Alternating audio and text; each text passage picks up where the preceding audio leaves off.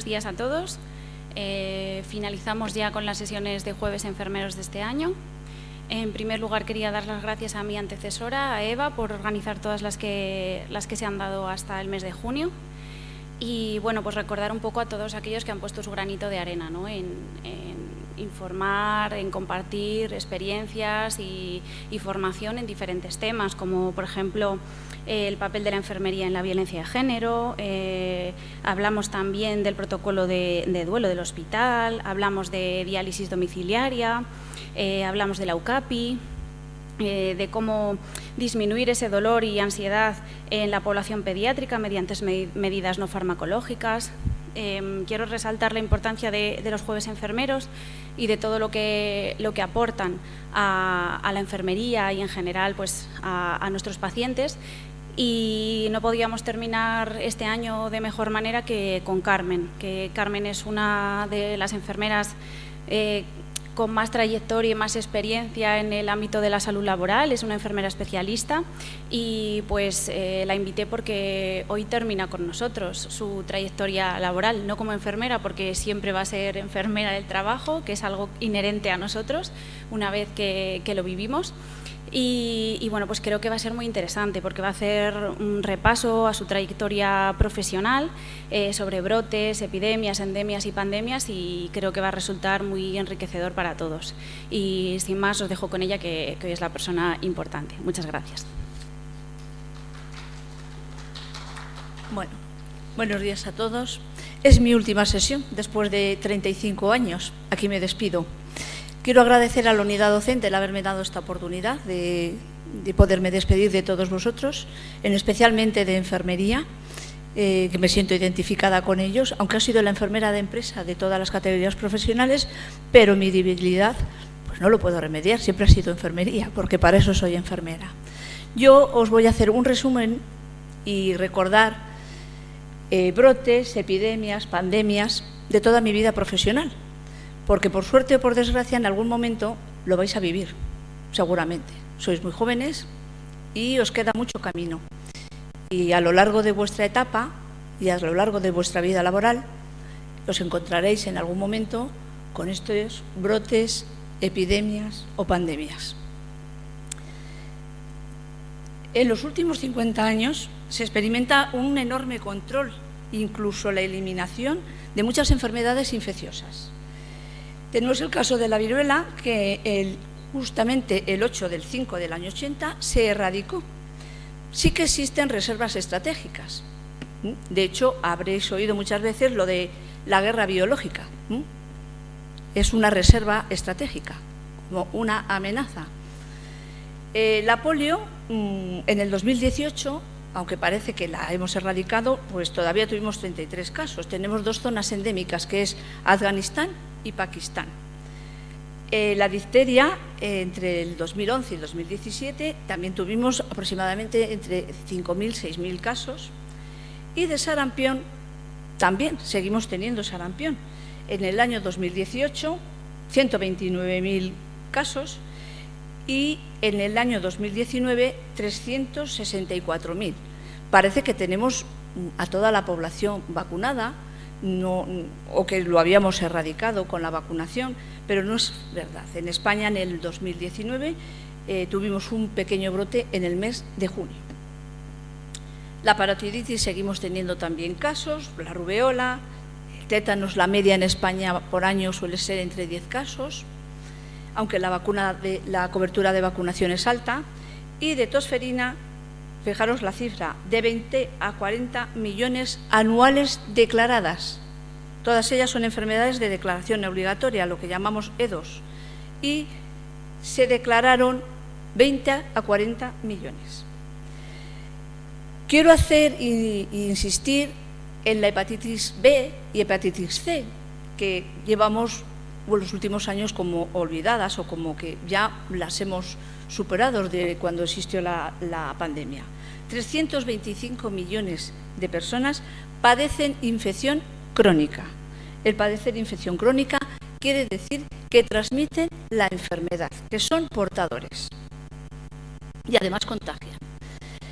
¿A qué llamamos agente biológico? Son todos los microorganismos, incluidos todos aquellos que son genéticamente modificados. Son cultivos también celulares o endoparásitos humanos, susceptibles de originar una infección, una alergia o una toxicidad.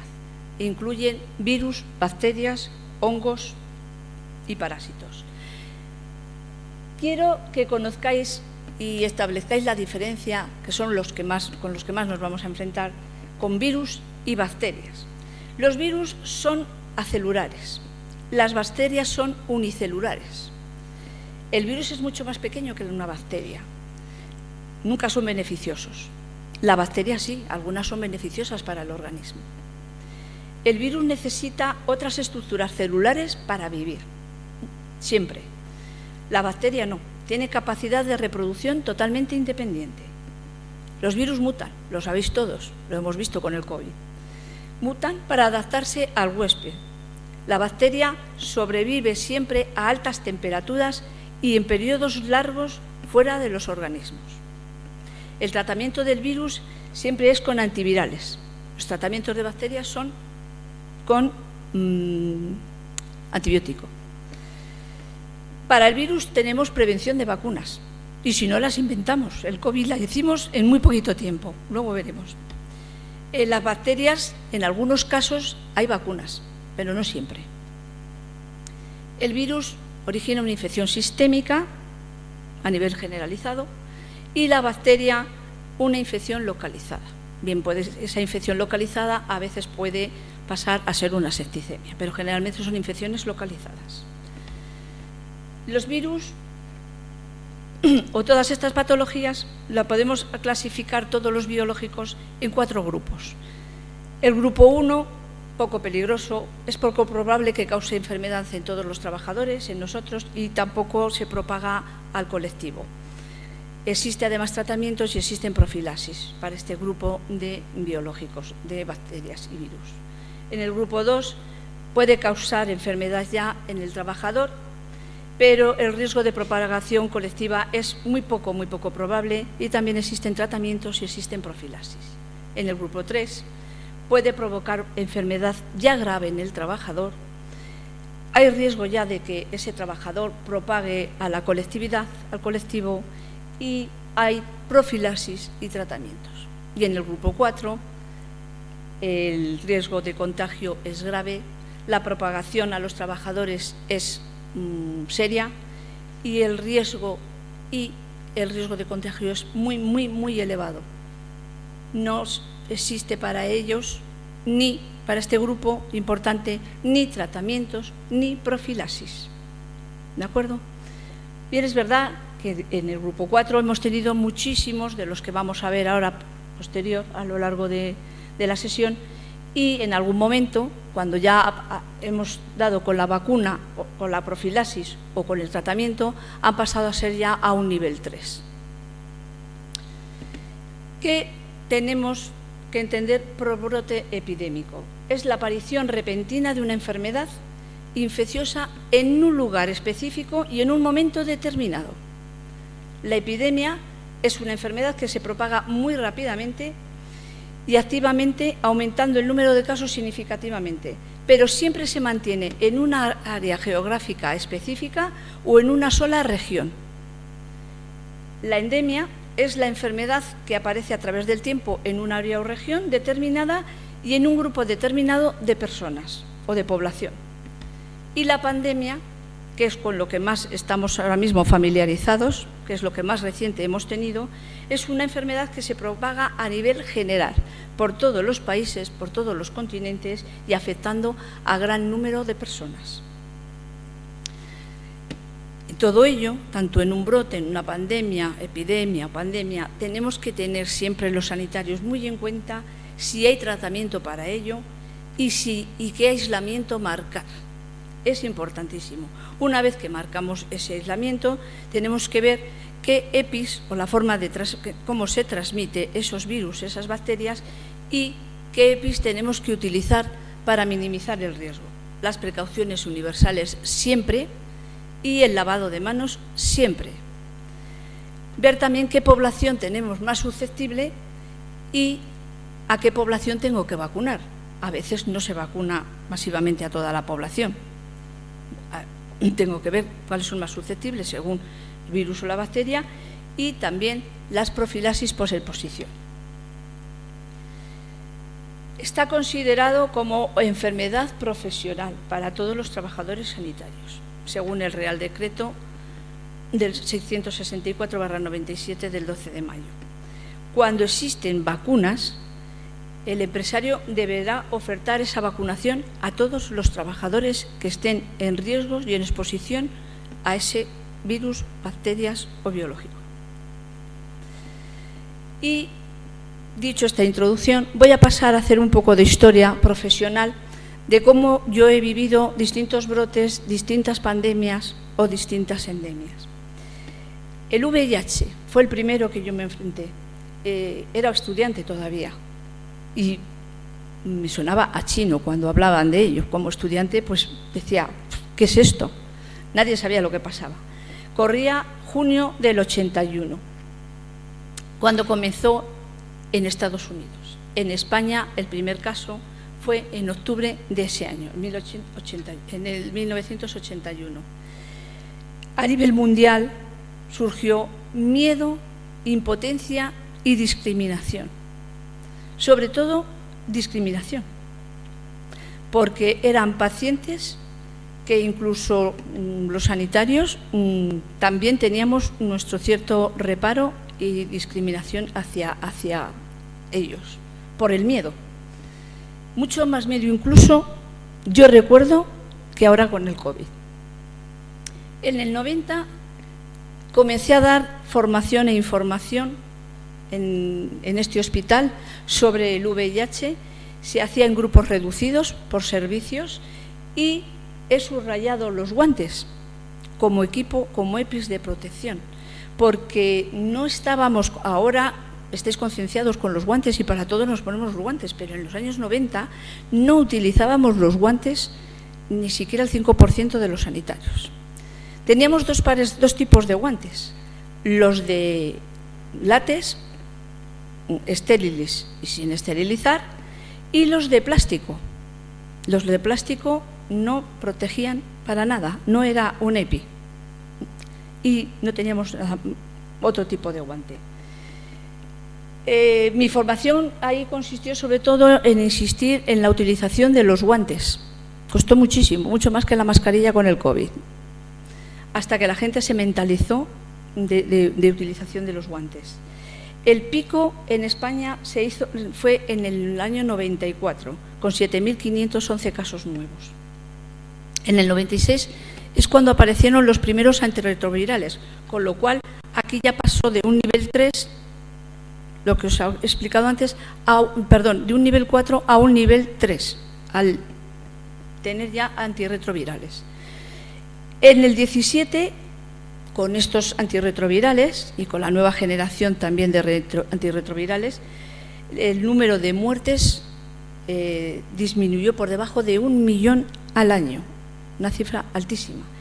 Y en el año 24 está considerada ya como una enfermedad más, sin miedos y sin discriminación, como una enfermedad crónica. La hemos aceptado como una más.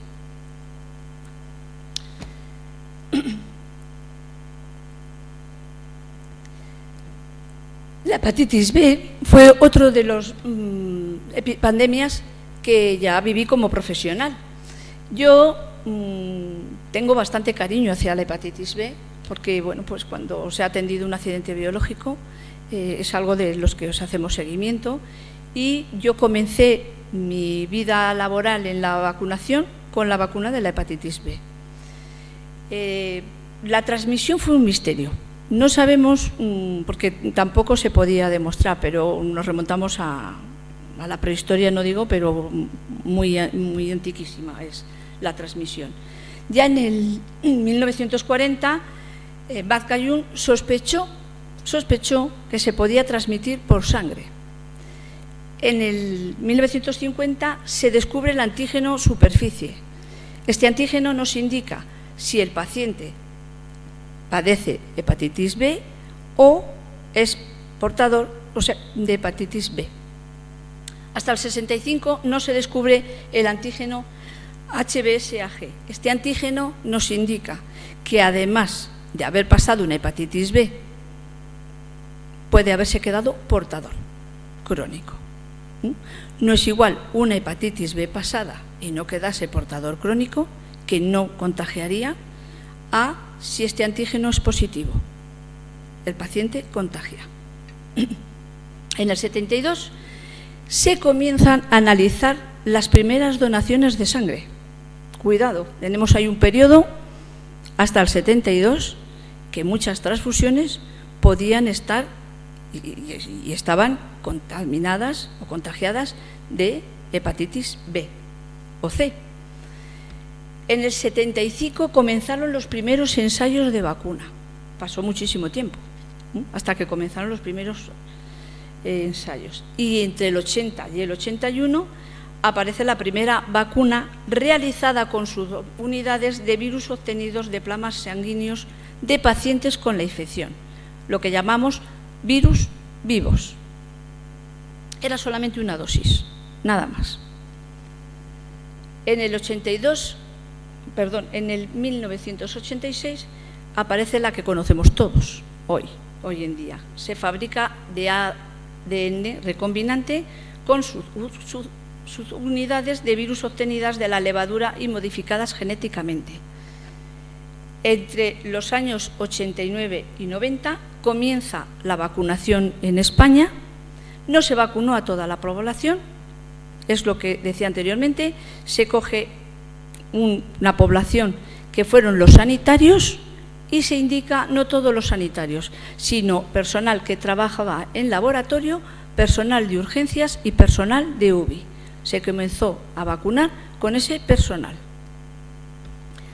Y en el 90 es cuando comienzo a vacunar en el Hospital de Guadalajara y a dar formación e información sobre la vacunación a todos los trabajadores, incluido también a población de riesgo que no eran trabajadores.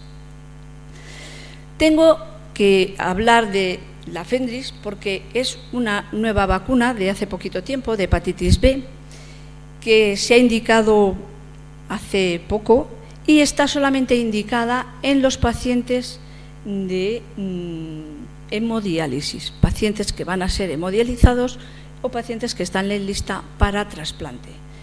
Esta vacuna lo que tiene es que lleva mucho más ayudante para la creación de anticuerpos. Bien, solamente está indicada de momento en esa población. Yo me marcho con una espinita porque hay gente, sanitarios, que son no respondedores a la vacunación, tienen un riesgo alto y creo que esta vacuna en algún momento pues, se va a introducir para esos sanitarios que no son respondedores. La Fendris. Son una pauta más que la Engeris y además mucho más ayudante. En el 2009-2010, ya os sonará un poquito más, no tan antiguo, tenemos otra epidemia, pandemia de la gripe aviar o gripe A, la H1N1. Comenzó en abril del 2009 y el 11 de junio la OMS es cuando ya da la alerta a nivel 6, a nivel mundial. El 18 de septiembre del 2010, un año y medio posterior, anuncia la OMS el fin de la pandemia. La mortalidad fue baja, muy baja, de 1,5 millones aproximadamente, y la vacunación llegó en diciembre del 2009. Se vacunó masivamente y ese año se hizo doble vacunación. Se vacunó de la gripe estacional, como todos los años, que se comenzó en el mes de octubre, y en el mes de diciembre se volvió a hacer otra vacunación de gripe específica con la cepa H1N1. O sea, que se vacunó 2 veces de la gripe con distintas cepas. Quiero que veáis la evolución de la gripe, porque ahora mismo pues vamos a entrar de momento la climatología no está, pero se aproxima el mes de enero, que es cuando la gripe suele hacer el pico estacional todos los años. Semana arriba, semana abajo. Entonces, quiero que veáis lo del año pasado, la temporada 23-24, cómo evolucionó el sincitial, el COVID y la gripe. veis ahí que en la última semana y primera ya de enero, el pico que comienza a hacer la gripe. Este pico siguió subiendo hasta la semana 4 y 6 y después ya comenzó a bajar. Hablo de la gripe. Los otros dos, el COVID, como veis, hace pico, sube, baja. No podemos decir que sea tan estacional y tan significativo como la gripe. Y el virus sincitial, pues comienza mucho antes que la gripe, hace pico y luego ya se mantiene. Lo que quiero decir con esto, que estamos en subida en cualquier momento ya de la gripe estacional. Que os vacunéis los que no os hayáis vacunado. El ébola. El ébola en España no fue pandemia, ni cursa como brotes, pero creo hacer mención. Yo tengo un recuerdo muy bonito del ébola. Aprendimos muchísimo con él y yo creo que es lo que nos ayudó un poquito a comenzar a defendernos cuando vino la pandemia del COVID. El primer caso fue en el 2013, en diciembre, en Guinea. Se propagó a Liberia, Sierra Leona, Nigeria, Senegal, pero en España tuvimos 4 casos que fueron repatriados y de esas zonas, y se contagió una persona, concretamente una TCAE en la Carlos III.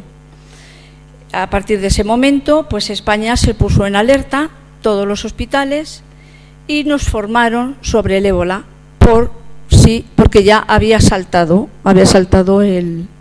las costas y había llegado a Europa.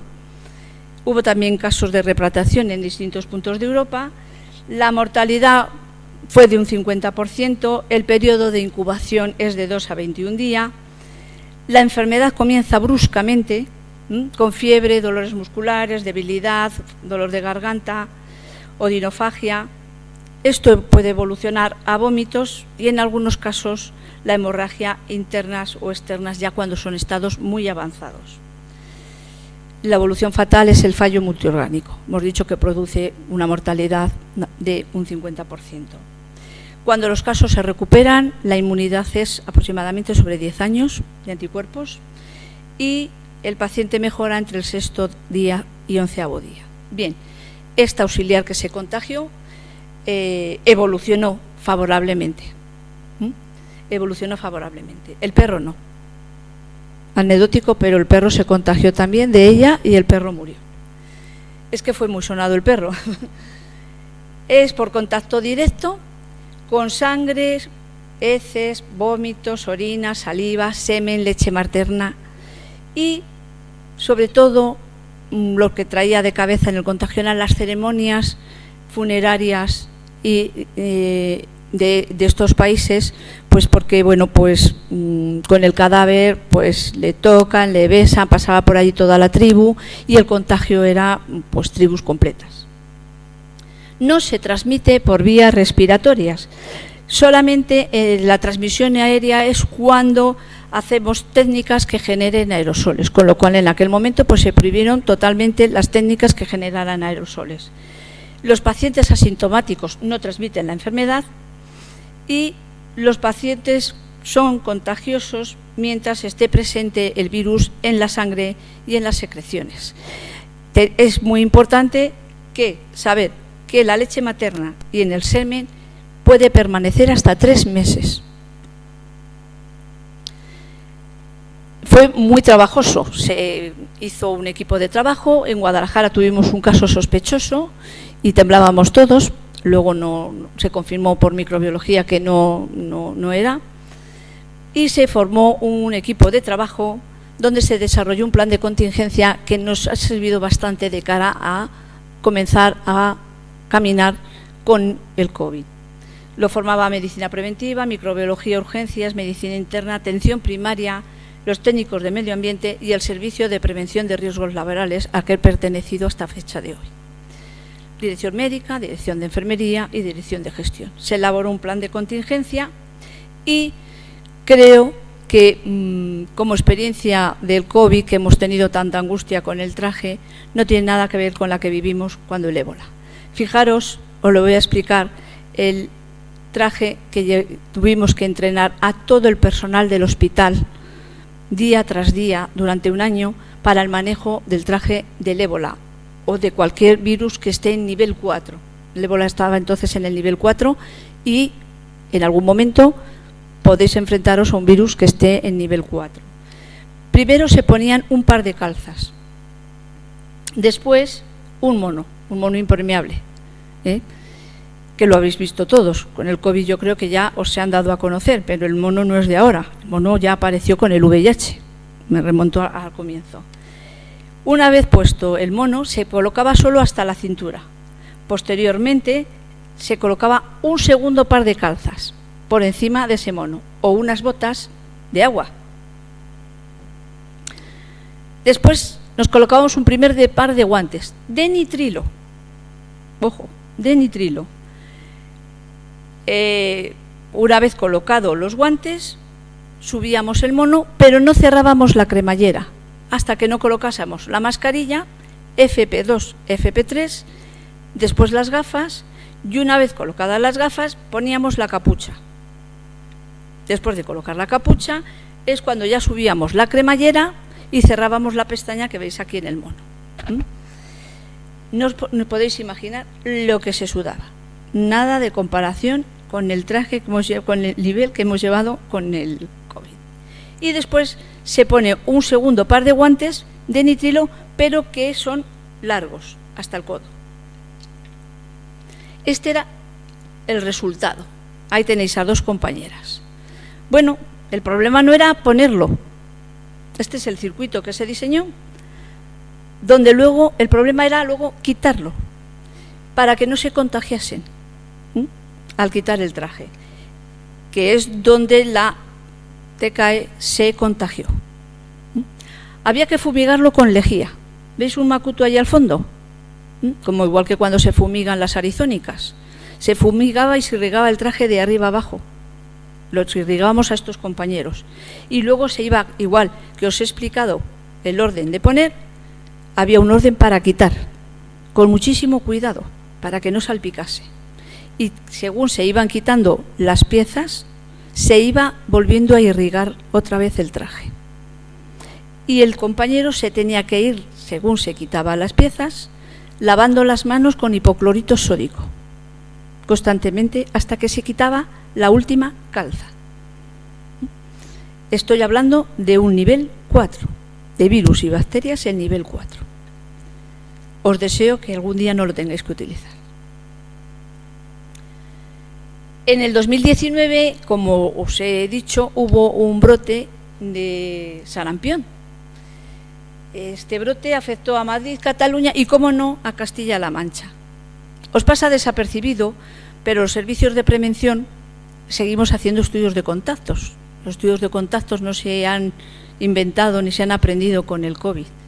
Todo esto, los microbiólogos o medicina preventiva nos comunican cuando hay un caso y hacemos estudios de contactos y nos ponemos en contacto con vosotros, con todos los trabajadores que han entrado en contacto en ese momento con el sarampión, con una meningitis, con una varicela, y le indicamos la actuación que hay que hacer con cada uno.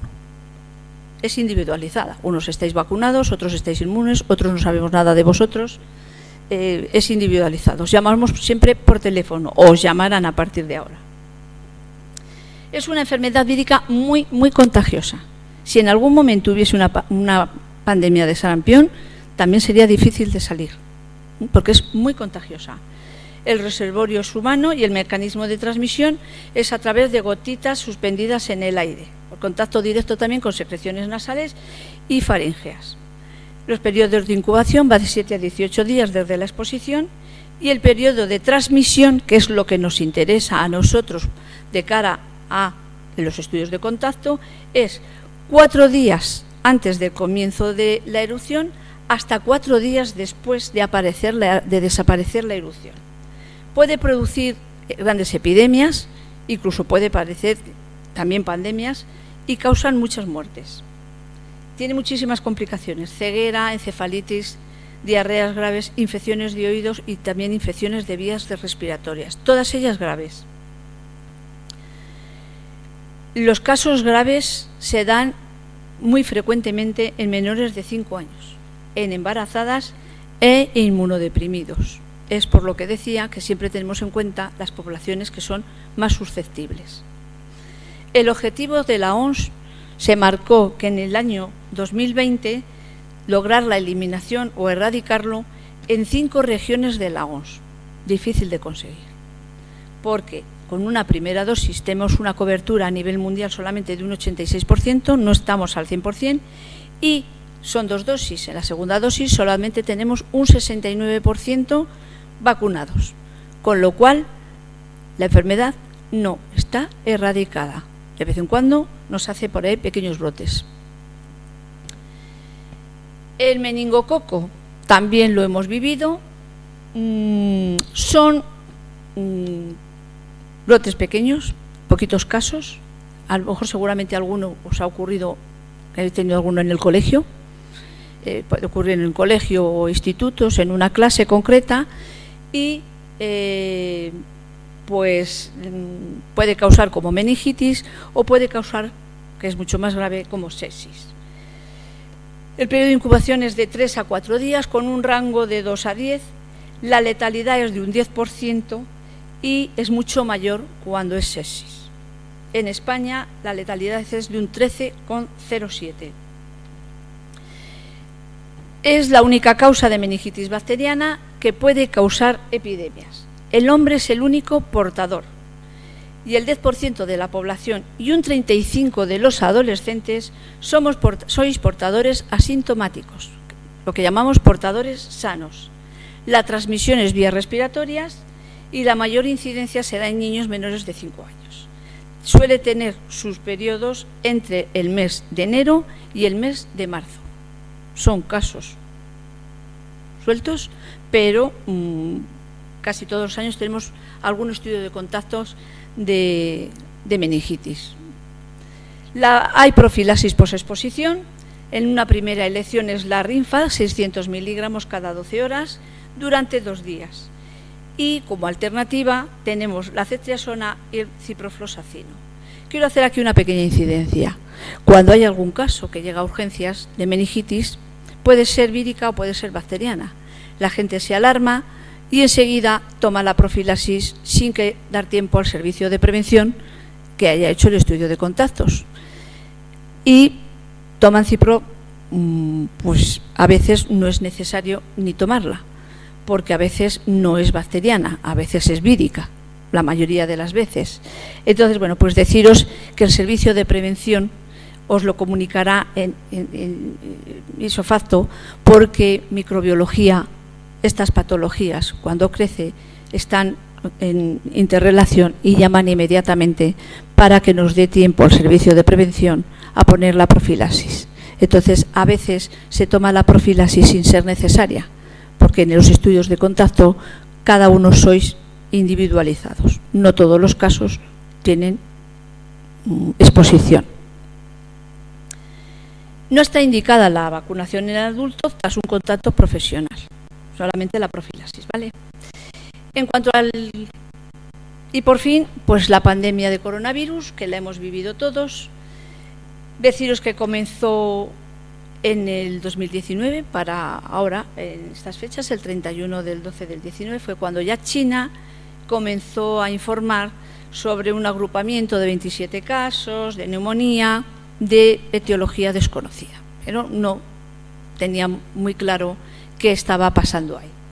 El 7 del 1 del 2020, las autoridades chinas ya identifican como el agente causante del brote un virus de la familia del Coronaviridae que le denominaron 2019 COVID. El 20 del 1 del 2020 confirman la transmisión de persona a persona. Y deciros que el Servicio de Prevención de Riesgos Laborales dio su primera sesión aquí, en este salón, el 16 de febrero del 2020, anticipándonos ya de la que nos iba a venir. Y el 26 de febrero teníamos ya otra sesión en este salón, donde se nos indicó que ya la hiciéramos a nivel individual por todos los servicios. Bien, he finalizado toda esta vida laboral de virus y bacterias. Hoy con vosotros quería transmitíroslo y quería que os sirva de cara a un futuro, porque sois muy jóvenes y en algún momento vais a enfrentaros a algún brote, alguna epidemia, alguna endemia. Y ojalá tengáis suerte y no os enfrentéis a ninguna pandemia. Muchas gracias a todos. Os deseo un feliz año.